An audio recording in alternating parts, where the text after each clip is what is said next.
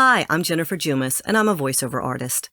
I've learned that paying attention to the sound of your breath in your recording is important if you want to sound professional. Now, that doesn't mean that you're going to need to remove all of your breath sounds in your recordings. It depends on the type of project you're doing. If the script or character that you're trying to portray is laughing or sighing or trying to portray emotions like exasperation, then the sound of the breath is probably vital to that portrayal of the emotion, so you don't want to remove that. However, most of the time you are going to want to know how to lessen or remove the sounds of your breath. So let me show you 2 ways of how to do that. So we're working with a mostly raw file that I've only removed the background room noise from. In my workflow, the next step is to edit to remove errors, breath sounds, etc. Sometimes you will delete the whole space where the breath is, depending on the pacing and phrasing of your script, but other times you just need to quiet the noise of taking in air without scrunching up the audio and making it sound rushed or choppy. So the first step is to make sure that you're on multi-spectrum view. So click the little triangle next to the Audio 1 name on the track. This gives you the ability to see the whole spectrum. So now you're going to zoom in and select the breath. That's noted by all the fuzzy blue image on the graph.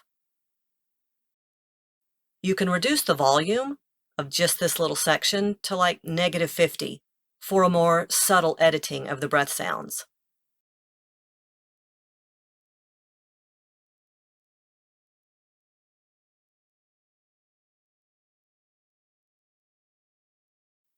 Your second option is to do what's called a punch, copy, and paste from part of the background sample noise. And I'll put links in the description of where you can get these plugins. So you just select the quietest part of some of your background. You punch copy it.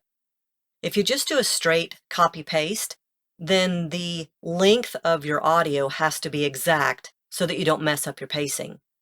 The benefit of the punch copy, punch paste, is that it will take, say for example, 1 to 2 seconds of what you've punch copied from your background noise, and it will apply it to whatever section you need to cover up.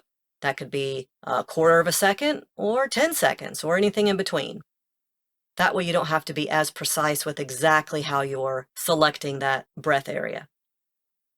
Once you've done the copy paste once, you can just hit Control-R to repeat it.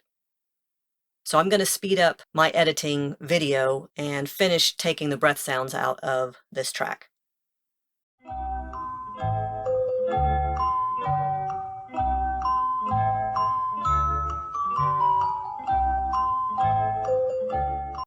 And that's it.